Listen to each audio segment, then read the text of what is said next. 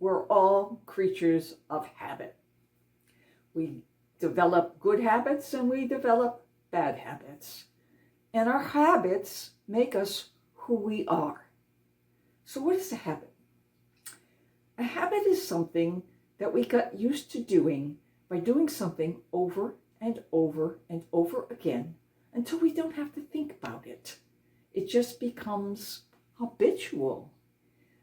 And we're sort of autonomic and we don't think about it. Habits that we wish we could do something better with, and we wish we had habits we could get rid of. Many of our habits are addictive. Some people get addicted to a habit of drinking or gambling or sex or drugs or some other thing. And a habit, as good as they may be, they can also be awful. And it's as hard to break a habit as anything, because we're just using it to become part of who we are. And our character is built on the habits that we develop. And psychologists tell us that it takes about 6 weeks to develop a habit, but many, many, many more weeks to how to break a habit. So what kind of habits do we want? Habits that will make our character as good as it can be. We are who we project to others. And what is the habitual projection that we have for others? Are we kind? Are we loving? Are we a person who's generous?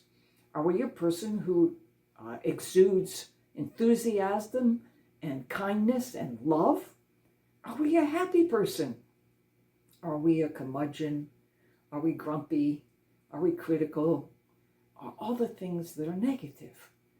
And so what we have to do is look at ourselves and say, what kind of habits do I want in my life?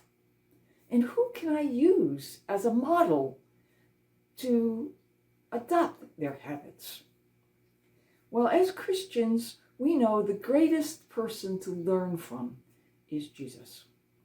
And what kind of habits did he have?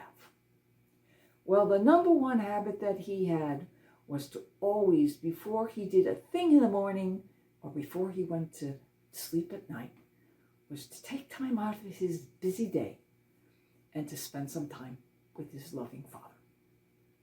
And he asks us to do the same thing. He asks us to have a relationship with this God who loves us. He asks us to go and, like him, talk to his Father in the morning and in the night and in between. And that's a simple conversation, a conversation of being with your best friend. And how do you do that? You do that by a habit.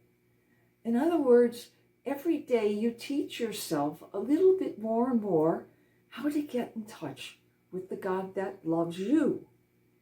And you do that by saying just a few things every day, maybe. Just take a few seconds out of your day to say, good morning, God. I love you. I thank you for the day that you've given me. And I offer you my life on the altar of this day. That's all. He just wants you to check in every once in a while. Say, hi, God. Love you. I know you're here. I know you're behind me. I know you got my back. And I want to use my day by doing whatever I can to say that I love you, by loving you and treating others around me with the love that you want me to have for them. And this, by doing this little bit by little every single day, then it will become habitual. We don't have to think about it. That God is just there. He's present in front of us at every moment of our life, and we know it. We can feel it. We can just understand that he loves me. And I want to love him back. And that's an habitual thing, a thing that we allow ourselves to become almost autonomic, that God is with me at every moment and that I love him.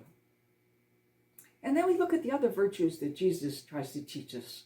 He teaches us how to be kind, to be loving, to be forgiving, to be merciful. He teaches us how to care about others. He teaches us to be humble, to put not as number one in my life, but rather letting him and his Father be number one in our lives. It doesn't matter how important we think we are. We don't have to be a CEO of a Fortune 500 company. We don't have to be a big shot lawyer or a doctor. We just have to be who we are, because he loves us regardless of whether we're the garbage collector or the maid or a healthcare worker. He loves us who we are. He just wants us to be who we are. And that is to want what he wants. And all he wants is us to love him. So, when it comes to making habits, try to break the ones that are keeping you from him.